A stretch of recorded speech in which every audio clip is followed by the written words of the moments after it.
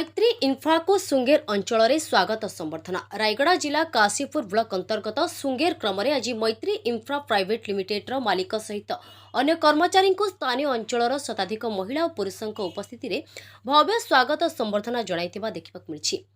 प्रकाश था कि किछि दिन पूर्व काशीपुर अंचल में कुटुरुमाली और सिजिमाली उभय बक्साइट खनि को सरकार पक्षर आदानी एवं वेदांत कंपनी को खनन कार्य आरंभ निमंते स्वीकृति प्रदान करा जायथिबा जणा पड़िछि।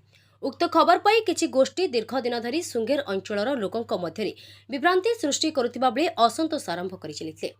से विषय में अंचल में चापा उत्तेजना प्रकाश पाइला। दायित्व रे थिबा संपृक्त कंपनी अनायत्त परिस्थिति दृष्टि रखी नियंत्रण निमंते किछि दिन पूर्व मैत्री इन्फ्रा प्राइवेट लिमिटेड नामक एक कंपनी को स्थिति सुधार निमंते दायित्व प्रदान करिथिबा जणा पड़िला।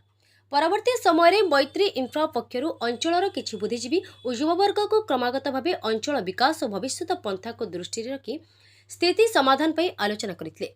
आलोचना सफल पर आज अंचलवासी मैत्री कंपनीर मालिक श्रीनिवास राव, कंपनीर सीईओ एन सत्यनारायण को स्थानीय जनसाधारण को सीधासलख आलोचना करने निवेदन करथिले।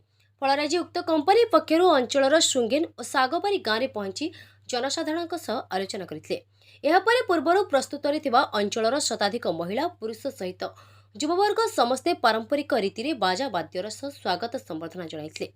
उक्त कार्यक्रम में बंदिश क्रम समेत अड़ाजोर और सिंदूरघाटी भली 3 खंड पंचायतर शताधिक लोकों मैत्री इन्फ्रा प्राइवेट लिमिटेड फेयर और पृष्टि दुरिया मैत्री कंपनी कर्मचारी बीजेडी नेता शरद गौड़ और अन्य प्रमुख उपस्थित थिले। रायगड़ारू सुरेश चंद्र कुंभार का रिपोर्ट। गंजाम समाचार आपणकर लेटेस्ट खबर पई लाइक शेयर सब्सक्राइब एवं फॉलो करंतु।